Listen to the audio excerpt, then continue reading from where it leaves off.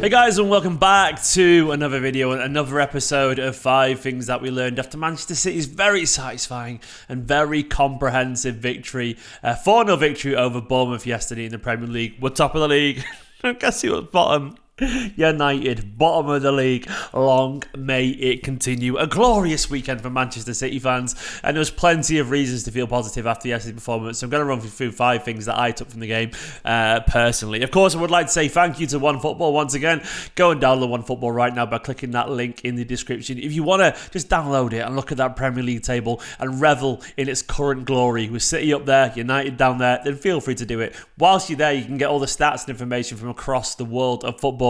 You can get all your Manchester City player individual stats and all that kind of stuff, and you can keep up to date with any breaking news in the transfer market as the window comes to a close at the end of this month. So you can help support my channel a little bit as well. Download OneFootball, click the link in the description. You will not regret it, I promise you.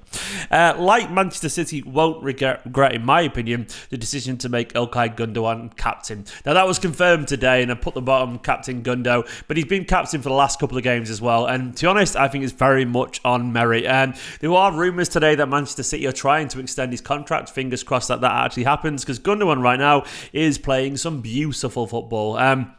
It was epitomised yesterday by, of course, the opening goal, which was a lovely little 1-2 of Erling Haaland, and that ability to ghost into the box and finish so succinctly into the bottom corner was lovely stuff. And it was a performance, yet again, of quality and control and measure. That's the one thing Gundogan brings to this Manchester City side. In a team blessed with technicians, he brings a calm head and an understanding of when to slow things up and when to slow them down. A David Silva-esque performance with Gundogan's trait of getting into the box and finishing is what you really want from a leader, and that's what Gundogan's got. He's obviously earned the respect of the dressing room massively. He has that quality. Guardiola, his first signing at Manchester City, he trusts him, and he's coming to his kind of golden years now. And Gundo, with his back problems, well, in the past now, hopefully, this could be a very, very famous season for Gundogan. Fingers crossed, because so far, Captain Gundogan for me, I love it, man. I think I really like the seniority that he brings. I did think it'd be Diaz, but I respect this because he's obviously respected, and that stuff, well, it does matter.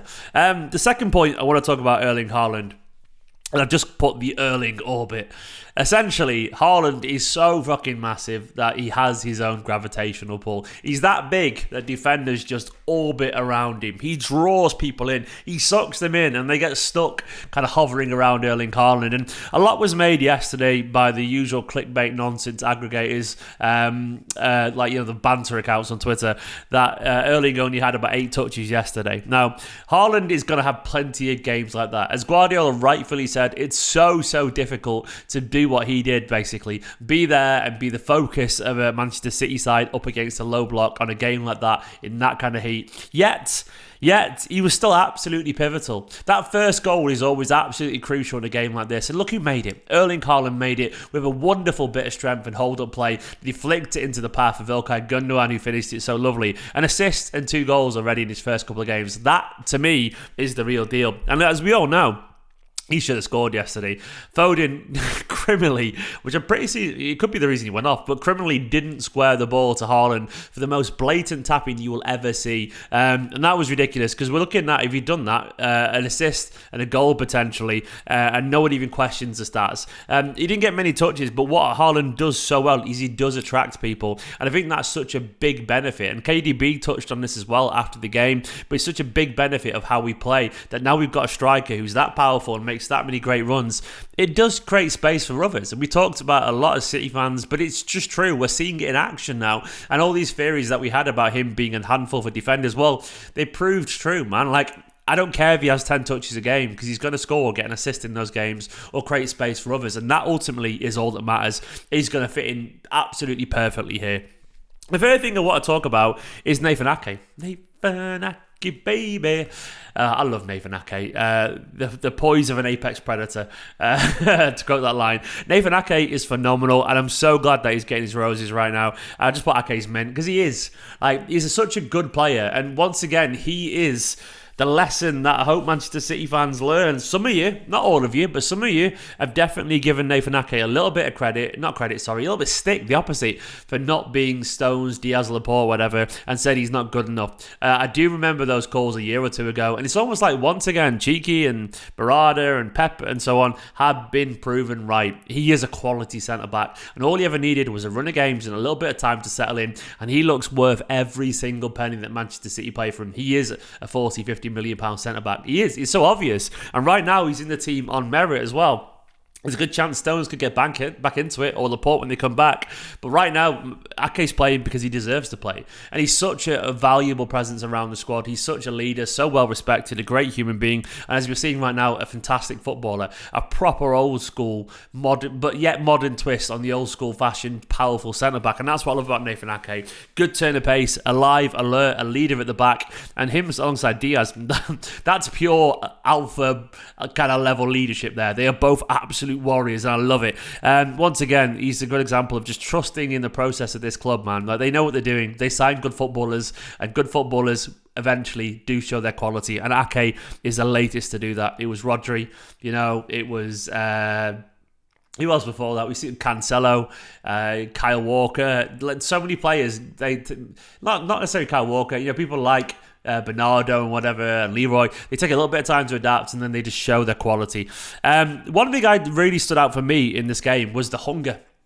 I tweeted earlier about how good Manchester City's start to the season has been, and it really has. It's been excellent. When you sit back a couple of games into the season and look at it, City's desire has been absolutely fantastic. Now, obviously yesterday it was about 400 billion degrees in the Etihad, and it was melting, like absolutely meltingly hot. And I wasn't at the game, as you guys know, because I was doing the watch along, but I know plenty of people were there. My dad was there working the game as a steward, and he said it was just so hot, so horrible, and all the players said the same. But yet City still came out with such a determination and desire, and they worked impeccably hard, like they did away at West Ham as well. And the focus and the football quality from the off has been so impressive. That's the thing that's really impressed me, is the rhythm is absolutely there. It really is, man. Like the triangles and the movement and the way they're moving the ball around.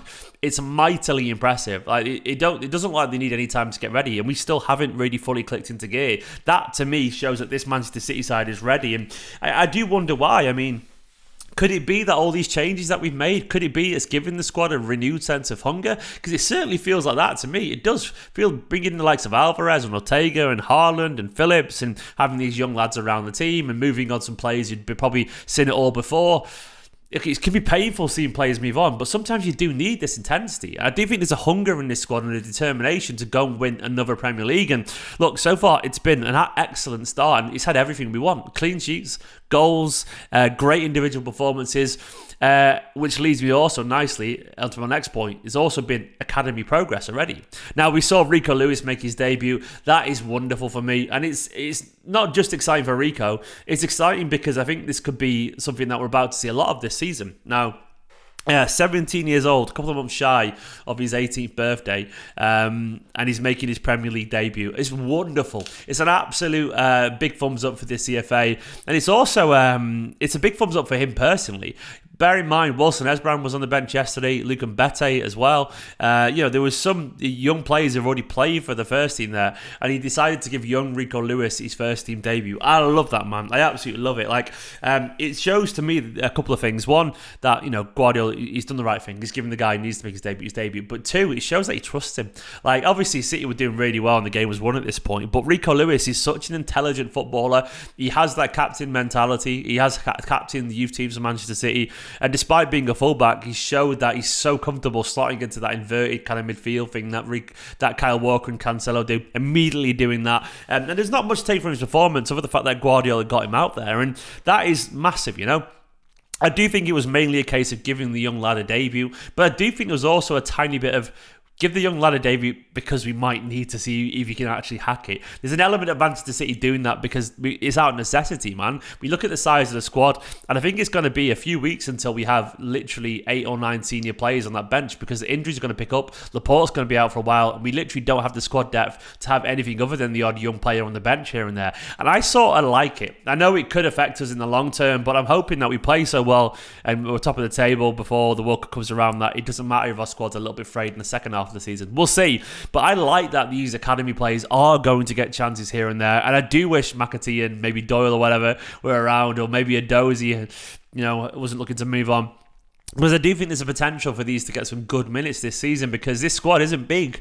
And I think if Guardiola does trust some of these young players, he might be pleasantly surprised. And Rico Lewis is one that could be a massive beneficiary of this slightly thin squad, because he's an excellent little footballer, intelligent, versatile, great mentality, trustworthy on the pitch. And Pep, in my opinion, he loves that about a player, that he can trust him. And what I mean by trust is that he'll go out there, he'll keep it relatively simple, he'll follow the instructions, and he does the simple things well. It's why Guardiola actually had no qualms playing CJ Egan-Riley. I didn't think CJ personally had the upper ceiling limit to be a Manchester City starter. Maybe I'm wrong there. I think he'll have a very good career, but I did think he was very reliable in every area, and Guardiola hinted that too, but I think that helped him, and hopefully that Rico can be that reliable, but also have a little bit of extra quality going forward to maybe get him in Guardiola's eyes. They are 5 things that I took from the game. There was loads of talking points. I could have talked about Foden on the left getting a goal and assist, or Foden maybe learning a sharp lesson as he was hooked at half-time. Was it tactical reasons, or was it because he didn't pass it? We don't know. I could have talked about KDB being brilliant once again, and there's loads more talking points, of course, but obviously there were just 5 things I took from the game. Do let me know down in the comments what you make of these points and who stood out for you as an individual. And also thank you, of course, to all the patrons currently scrolling down the side of the screen. These are the lifeblood of this channel. Awesome. Patreon.com/Esteemed Company. There will be a player ratings video going up for the second tier members or Patreons as well later on today. So go and give this video a like, subscribe, all the usual stuff. Up the Blues, top of the league. Never felt more like singing the blues. City when United lose, oh City. You got to be singing the blues. Banana, banana. I love it. Bye-bye.